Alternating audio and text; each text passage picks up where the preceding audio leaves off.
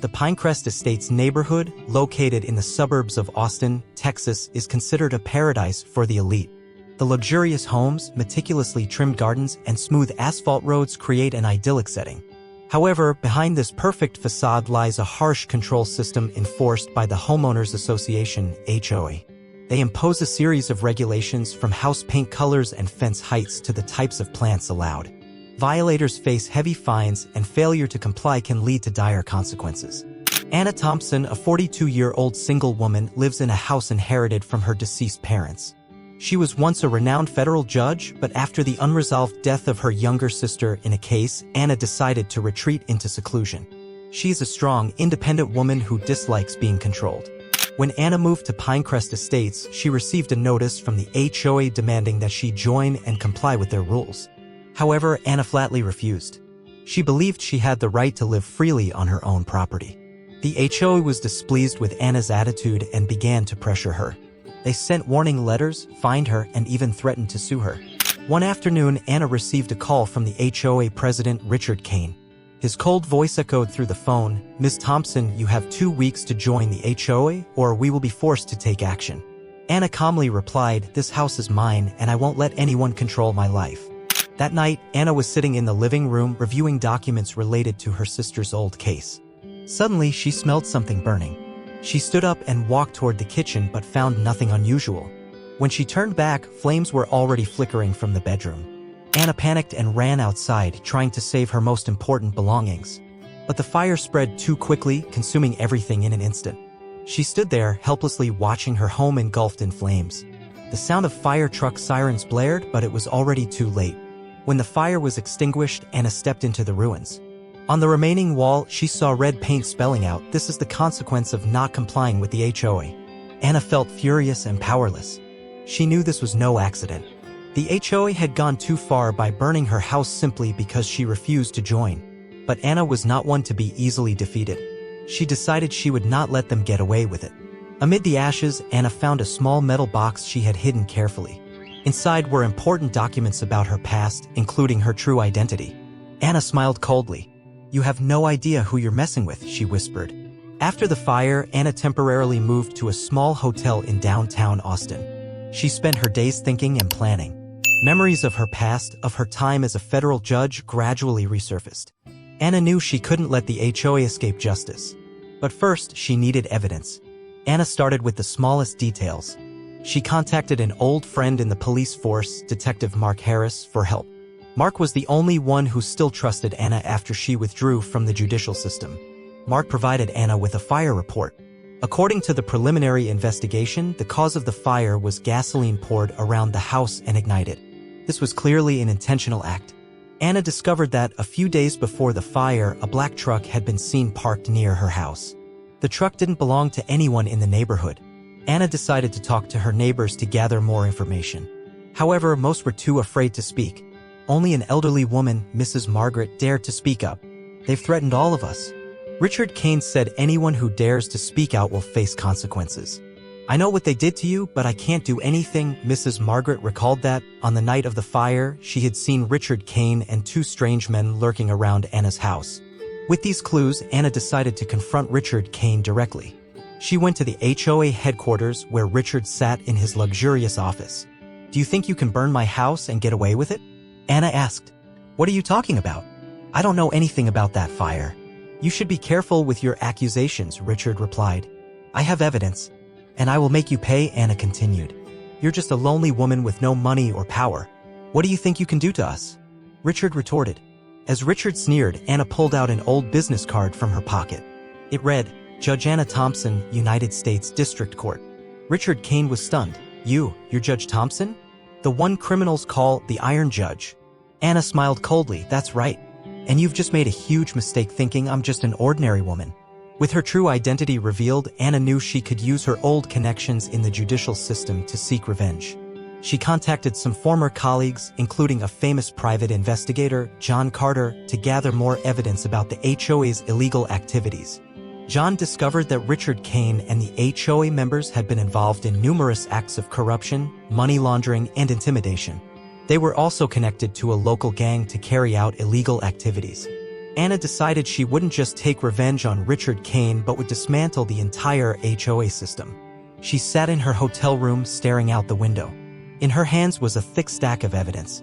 She knew the battle ahead wouldn't be easy, but she was ready. "You burn my house, but you can't burn my will," she whispered.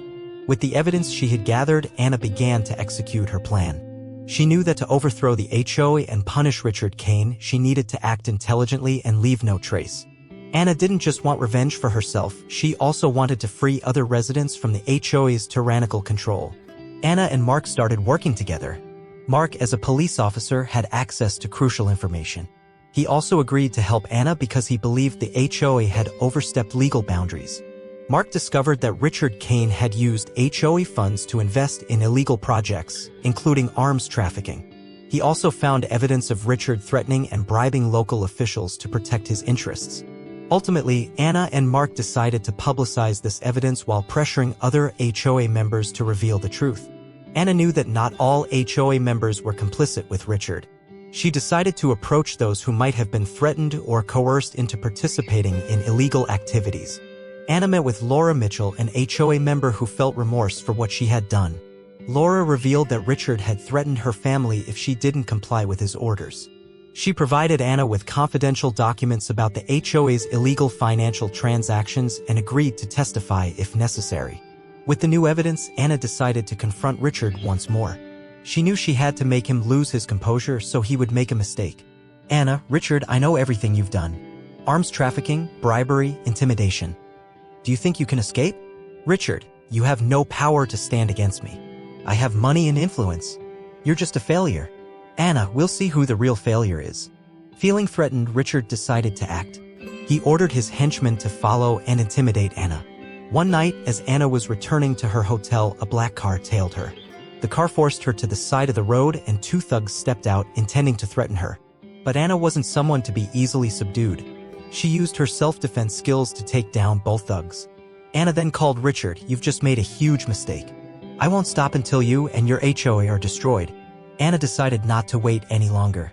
She sent all the evidence of Richard and the HOA's illegal activities to local media outlets. Within hours, news of the HOA scandal spread everywhere. Residents in the area began to speak out, denouncing the HOA's injustices. Many shared stories of being threatened and exploited. Under public pressure and with clear evidence, the police were forced to arrest Richard Kane for investigation. Anna stood in front of the HOA building, watching as the police cars took Richard away. She knew the battle wasn't over yet, but at least she had won an important victory. "This is just the beginning," she whispered. She still had much to do to ensure Richard and his accomplices would pay fully. At the same time, she also had to face new threats from those behind Richard. With the help of Detective Mark Harris and John Carter, Anna continued to dig deeper into the HOA's secrets.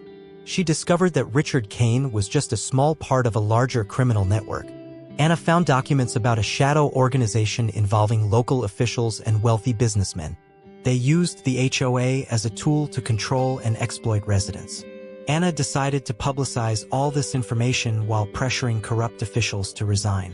While Anna focused on dismantling the HOA, she received an anonymous letter. It read, "You think you've won? The game has just begun." Anna felt uneasy, but she didn't back down. One night, as Anna was working in her hotel room, she heard strange noises.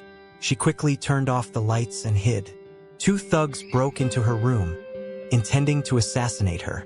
But Anna was prepared. She used her self-defense skills to take down both intruders.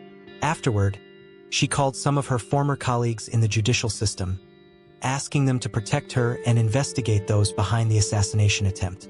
With Mark and John's help, Anna organized a press conference to publicly expose all the evidence of the HOA's crimes and the shadow organization.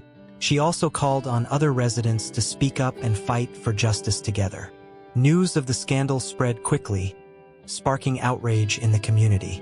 Many began to denounce the HOA's injustices and the corruption of local officials. Under public pressure and with clear evidence, Richard Kane was sentenced to life in prison for corruption, intimidation, and property destruction. After Richard's sentencing, Anna felt a sense of relief. She decided to return to her old home, which had been rebuilt using compensation from the HOA. However, as she stepped inside, She noticed a small box placed on the table. Anna opened the box and found a letter along with a USB drive. The letter read, "You've done well, but the game isn't over yet. Take a look at what's on this USB." Anna plugged the USB into her computer and discovered confidential documents about a larger criminal organization involving high-ranking officials and wealthy businessmen. She realized her battle had only just begun. Anna sat down, staring out the window. She knew she couldn't stop here. The fight against evil was far from over, and she would continue to fight for justice. "I won't stop until all the wrongdoers pay the price," she whispered.